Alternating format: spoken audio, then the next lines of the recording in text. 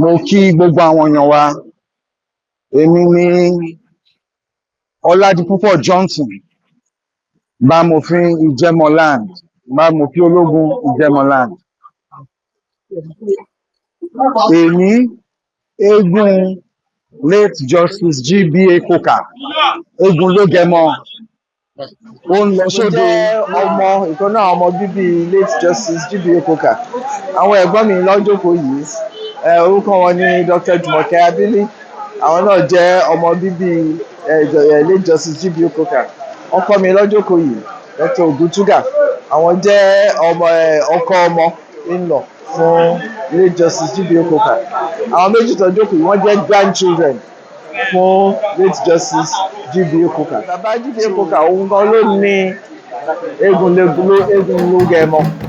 Òun ló bẹ̀rẹ̀ lẹ́kọ̀ọ́ yìí, òun ló fẹsẹ̀ múlẹ̀.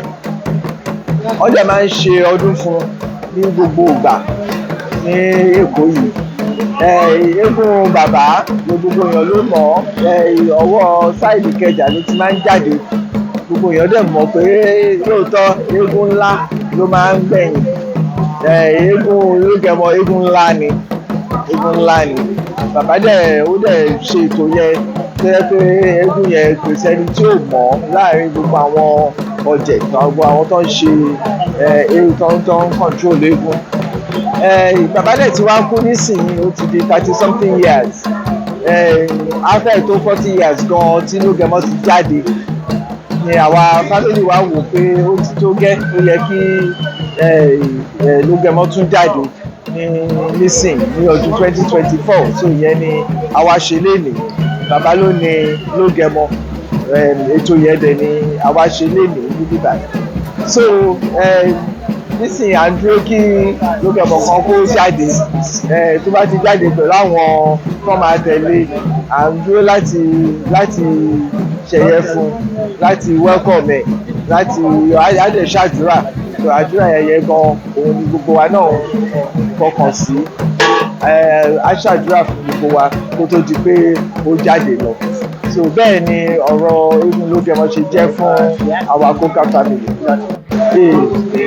Mo bá dẹ̀ wish pé ìwé mi tún fẹsẹ̀ múlẹ̀ dáadáa ju báyìí lọ, ṣùgbọ́n àdúrà tí à ń gbà wípé òde èní á san gbogbo wa sí ayọ̀, á san wá sí ìtẹ̀síwájú, á san wá sówó, á san wá sọ́mọ. Gbogbo àwọn tó máa tẹ̀lé láti jáde wọ́n á lọ rí, wọ́n á bọ̀ rí ní agbára Ọlọ́run. A mọ̀ pé àwọn ọlọ́pàá wà ní àyíká wa láti fi ṣe ètò láti rí pé kò sí ewu. Ṣùgbọ́n lẹ́yìn tí ọlọ́pàá, apart from that, àwọn èèyàn wa náà wọ́n ti dúró láti rí pé kò ní sí wàhálà kankan. So àdúrà tí gbogbo wa ni pé èmi yìí á sàn wá, á dẹ̀ da ní ajẹ́ Logemo á jáde, á wọlé padà láìsí ewu, láìsí ìbànújẹ́ kankan. Gbogbo àwọn tó dẹ̀ máa tẹ̀lé lọ pẹ̀lú àríyá àtàlàáfíà ni wọ́n máa lọ kọ́ máa. My name is Peter Adetayo Coker. This is my cousin Raymond. We're here at Egun for the first time. We're very excited to see the Egun come out, and we pray that it's a successful event. Well, we know that it will be because it's been so well organized by the family and the organizers here. All will go well today. Amen. My name is Raymond Okoyebule. It's my first time at the Egun activities, and I'm sure everything will go really well. Àṣẹ. Ó ti pẹ́ kan bá wa kí gbogbo àwọn ẹbí tí wọ́n ṣe ọlọ́wà àti tí wọ́n náà ṣe wọ́n tọ́jú àdúró tiwa. Ó ṣe gan ni wọ́n ṣe o.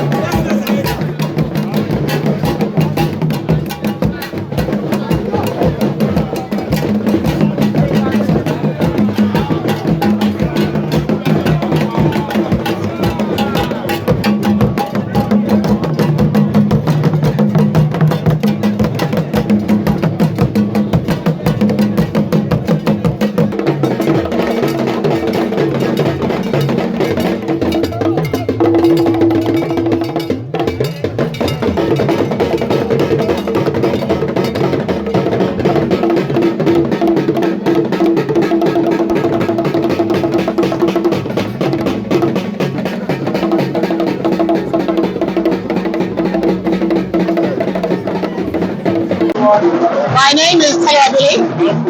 I'm just the studio grouper's granddaughter. My mother's father. It's a great event, brilliant turnout. Very happy I came in this year.